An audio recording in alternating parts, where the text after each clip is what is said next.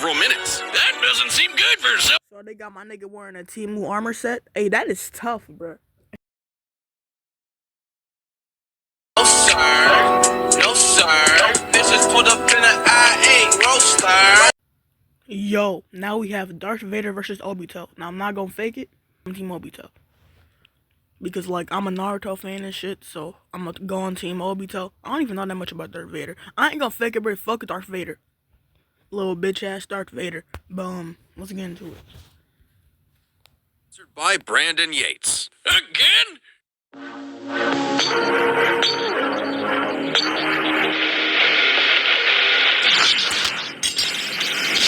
Darth Vader, Dark Lord of the Sith. Obito Uchiha, secret leader of the Akatsuki. Prime examples of how you could die a hero or live long enough to become a villain. He's Wiz and I'm Boomstick. And it's our job to analyze their weapons, armor, and skills to find out who would win a death battle.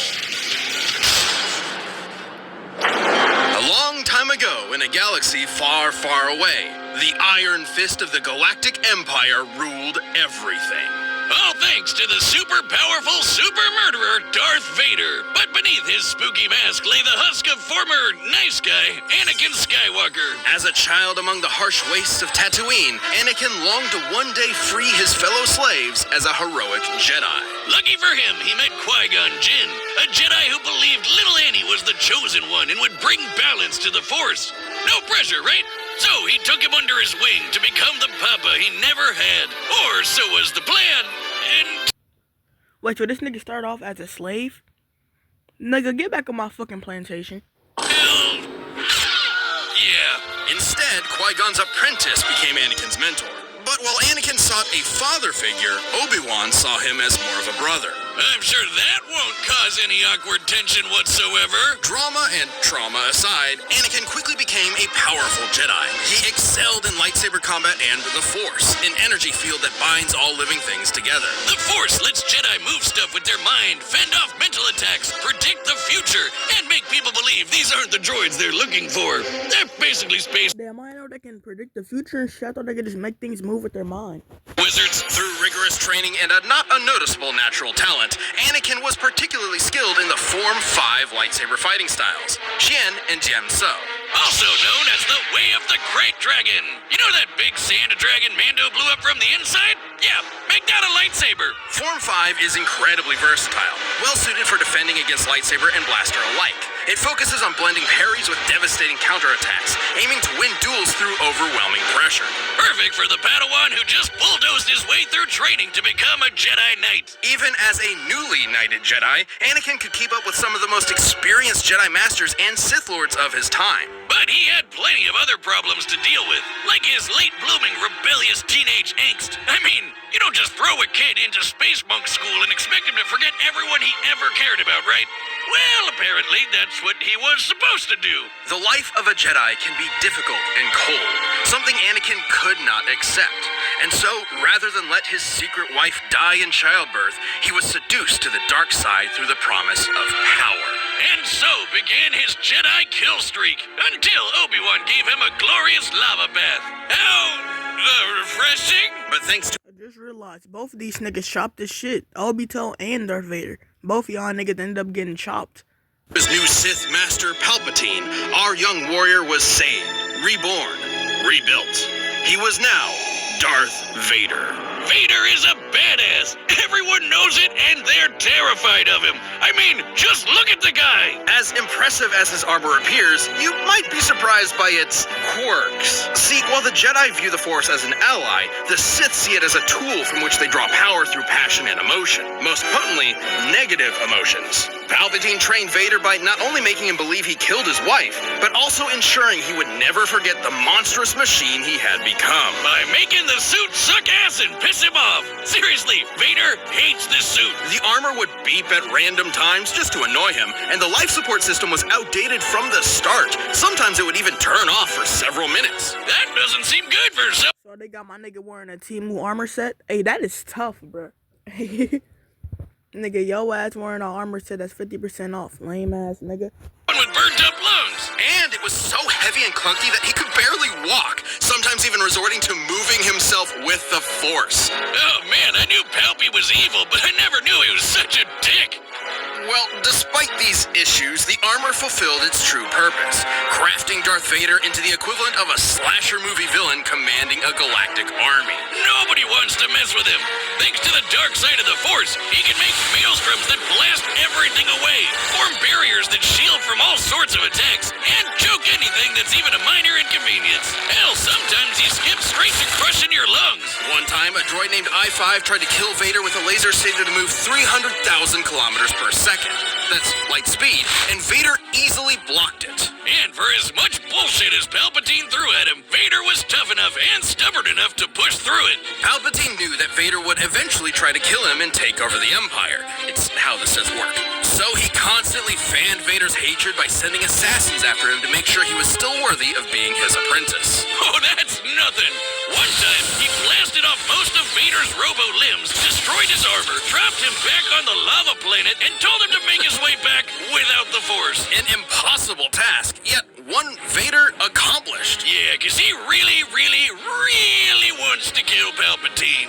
And that hatred is apparently used. Nigga, I would too. You brought me back to life and trained me just to slime me out time and time again. Nigga, you left me on a planet of lava and left me there for dead. What if I wasn't able to make my way back? Nigga, who's gonna be your apprentice then? Yeah, I ain't gonna lie. Fuck this little bald bitch ass nigga. I ain't gonna lie. Darth Vader he's a valid crash out. This is a reasonable crash out, bruh. I want this nigga dead too. In keeping Force wielders alive, and has sustained many Sith in conditions that would otherwise kill them. I'm sorry, Liam Neeson. You should have hated a little more. Vader has killed hundreds, possibly thousands of Jedi, including Obi-Wan himself. He's fought entire armies on his own. He's even taken on monsters the size of mountains. He's so unstoppable, an assassin droid hired to kill him quit the job because he calculated that Vader was impossible. Nah, that is aura. They sent a assassin robot after your ass. And then that nigga quit halfway through because he sensed that you just had way too much aura to beat him. That is insane. That's really aura. This nigga not even supposed to... Nah, he not even supposed to feel no emotions or anything. But yeah, he felt fear going against that nigga. Hey, that is tough. To kill. And in Ewoks material from the old Legends canon, a real deep cut, we know, lesser dark side users like the Night Sister Shirral overpowered the Sun Star, an ancient artifact capable of shifting moons. A feat which would require energy worth over 12 septillion tons of TNT. That's 24 zeros. But if you want something more recent, here's a planet blowing up while Vader was on it, and he's fine. But thanks to both his incredible power and the mercy and trust of his secret son, Vader would eventually avenge the atrocities of Palpatine. Even more important, he finally saved someone he loved. Ultimately, Anakin Skywalker truly did bring balance to the Force. I'm not gonna lie, so far going into this, I don't see not a single chance. I don't see not a single way Darth Vader is beating Obito. Obito is about to beat this nigga ass. Hokage, the leader of the Hidden Leaf Village and their strongest ninja, respected and loved by all. Though few have attained this title, many have strived for it. One such striver, sadly lacking in parents, wanted to both help people and be acknowledged by the rest of the village. And what Bro, look at Nargoat. Oh my goodness, bro. Look at Nargoat, bro. better way to do that than having your face carved into a mountain? If you think I'm talking about Naruto, guess again. This is the story of Obito Uchiha. Obito. Look at Obi-Goat, bro. Look at Obi-Goat. No, wait. Obito was not 5'11". Kid Obito was not 5'11". Oh, this was him when he was 31. Got you. Unfortunately lacked the natural talent for ninja arts attributed to his Uchiha bloodline. So he signed up for ninja school and eventually joined a team with his rival Kakashi, his crush Rin, and their leader Minato. Where do you think I can get into a ninja school like that? Not one that teaches you to harness this form of chakra, a limited form of physical and spiritual energy that exists inside You don't get Sakura little egghead ass off my screen. Her head built like a fucking dumpling. all human beings and, naturally, can be weaponized. He can use it to run up walls and make clones of himself, but even better, blow shit up. This is ninjutsu. Among its many techniques include elemental attacks, and the Uchiha specialize in all things fire. Big fireballs, small fireballs, waves of fire, columns of fire, you name it, they've got it. So when Ninja World War III came along, it totally made sense to get this fire ninja involved at the age of 11. Yikes. Well, lucky for Obito, he had one more secret weapon up his sleeve. Eye socket. The Sharingan! The Sharingan grants extremely precise vision, allowing someone to see the flow of chakra, predict an enemy's attack, cast a variety of genjutsu illusions, and even break out of said illusions. Too bad he didn't get to use the red eyes much. Like 10 minutes after he got the damn things, he got smushed under a big rock. What a way to go! But since he wasn't expecting to use his super eyes anymore, he handed one off to Kakashi. And then he died. The end! Just kidding! Miraculously, Obito survived long enough to be rescued by another Uchiha, the legendary Madara. Madara granted Obito a new body, regenerating the limbs he'd lost. You're probably thinking, oh, what a swell guy. Except No, nigga, Madara was sliming him out. He was nothing but a pawn to Madara. Hey, Madara was really Madara was a fucked up ass nigga. Real shit. He was the aura farmer, and he fucked over a 11-year-old kid. he was not. Madara was brewing some plans for world domination and needed a pawn to carry them out. So he tricked Obito into watching Kakashi kill Rin, making him fall victim to the Uchiha's curse of hatred. Within the Uchiha clan, there exists an ideal of being extremely devoted to love. It has been speculated that if a particularly powerful Uchiha loses someone important to them, that love will be replaced with an all-consuming hatred.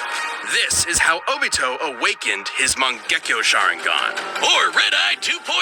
The Mangekyo gave him a new jutsu called Kamui. With it, he can suck his foes into another dimension and leave them there to die. He can even hide weapons in there until he needs them, like his gun by fan. But even better, he can phase through stuff. Well, not quite. Kamui gives Obito the power to move through objects in a manner that's similar to the common phasing superpowers into the Flash or Kitty Pryde. In reality, it's much more complex, as Obito is actually teleporting parts of his body into the Kamui dimension whenever they overlap with other matter. See, there's his body parts right there. Well, if it looks like a duck and talks like a duck, it's phasing. Hands up! Yeah! Way later on, he also got another super eye. Man, he's really swapping these things around like a Prime sub on Twitch. This Rinnegan Now looking back on it, niggas was stealing Sharingans and Byakugans. I don't think niggas ever took Byakugans. But niggas was stealing Sharingans and Renegans and Naruto like they were light bulbs and shit. Niggas really take out they own eye and then put another nigga eye into their socket. How does that shit even work? Since when was it that simple? grants Obito the power of the 6 paths, giving him some nifty abilities like controlling gravity with the Deva path, ripping out souls with the human path, and summoning giant monsters with the animal path. With all of the awful stuff he'd gone through, Obito realized that the ninja world was corrupt to its core. His dream of everyone being happy and working together was never gonna happen. So instead, he agreed to carry out Madara's Giga Brain plan to control everything. Donning masks and multiple personas, he recruited a number of rogue shinobi to form the Akatsuki terrorist group and kicked off Ninja World War IV, all to revive the monstrous Ten Tails. I know what you're thinking. Wasn't the whole point of this to stop war in the first place? And that's a very good question.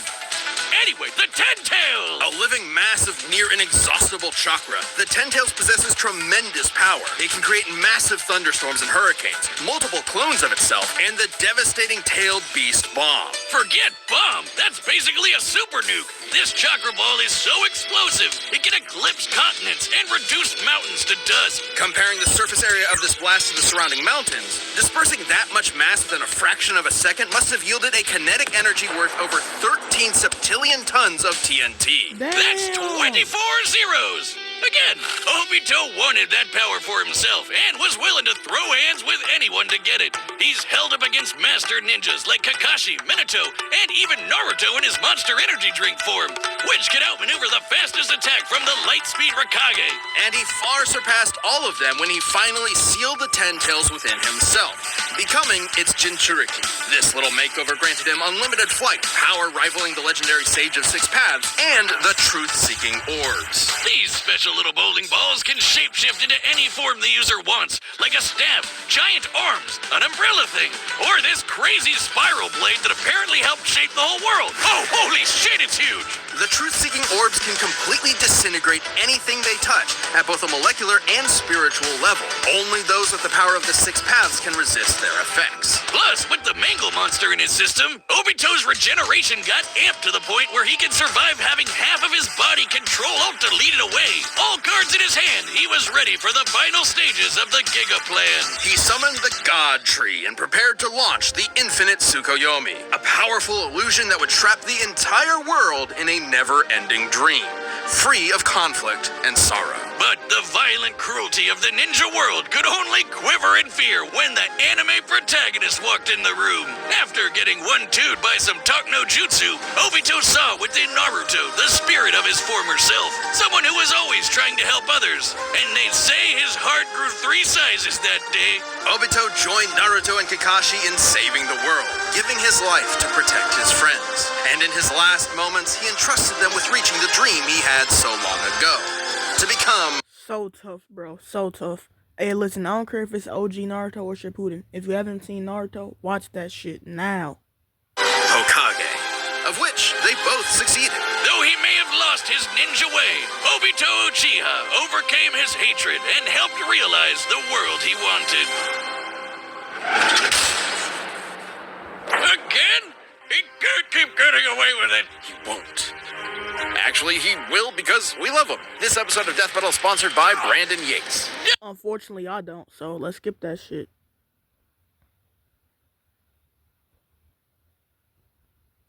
Alright. Oh! He already I horrified me. sense your fear, your anger, and a power. I will be taking it. That power will save this cursed world. You'll have to pry it from my cold, dead hands. Then you will die. What? All too easy. I expected more. I won't disappoint.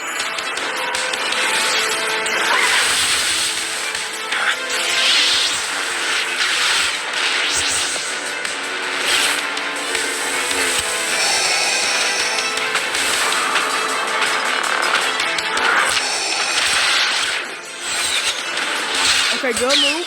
Oh shit, he blocking that. Oh, he about to summon.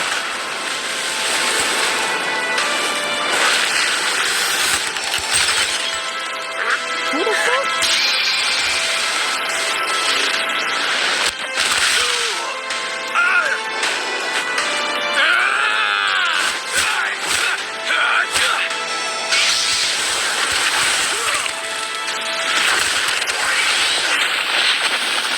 Darth Vader really took my nigga Sharingan just to not even get it for himself. That nigga just took it for the love of the game, bitch ass nigga. No, like, this is even worse than when Danzo did it. Cause at least when Danzo did it, he did it for himself. This nigga did it for the love of the game. Just so he wouldn't have it. You've lost your humanity as well.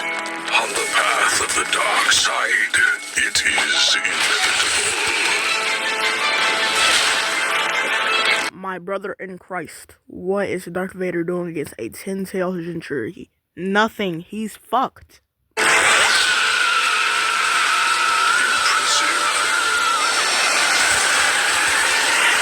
Bitch nigga talking about some impressive nigga. You're about to die. There's no way. You lying to me.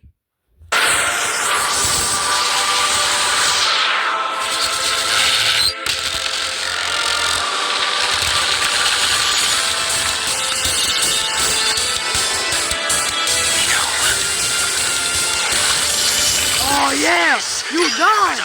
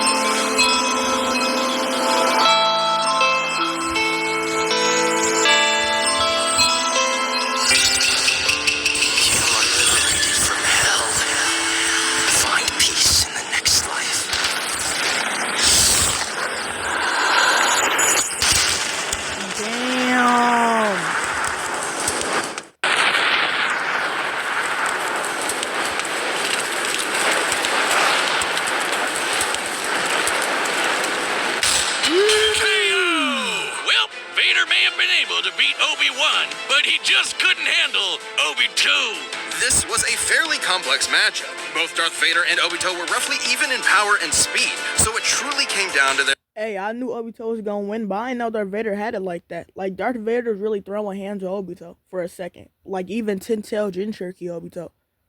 Hey, I didn't know he had it like that, bruh. I mean, niggas still got put in the Infinite Tsukuyomi and then got one-shotted, but he was holding his own. W Darth Vader, bruh.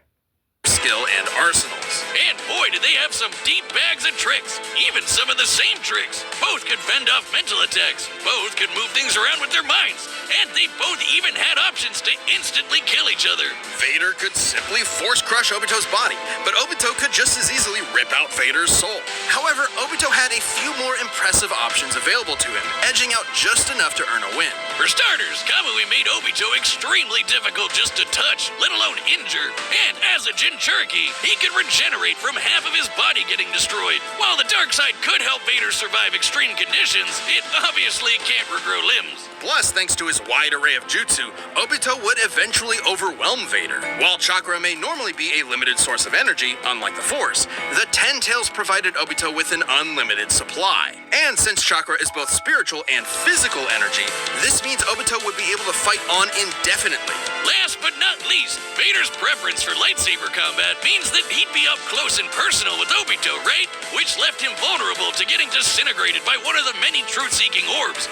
Or even worse, sucked up into the Kamui dimension. Yeah, don't forget about that. Not only would he have no way out, he probably wouldn't even be able to tap into the Force while stuck there. Game over. Man, if I'm Obito, I would have left that nigga in the Kamui dimension. Just would have sucked that nigga into the Kamui dimension and leave him there. To think about his actions like a good bitch. Fun starving to death, I guess. Wonder how long you can feed on hate. Darth Vader may have had a tenacity that few others could match, but against Obito's similar might, busted regeneration, and overwhelming range of abilities, there was no escape. In the end, Vader's victory just wasn't meant to be. The winner is Obito Uchiha. W. Alright, bro, that's gonna be it for today. Bye.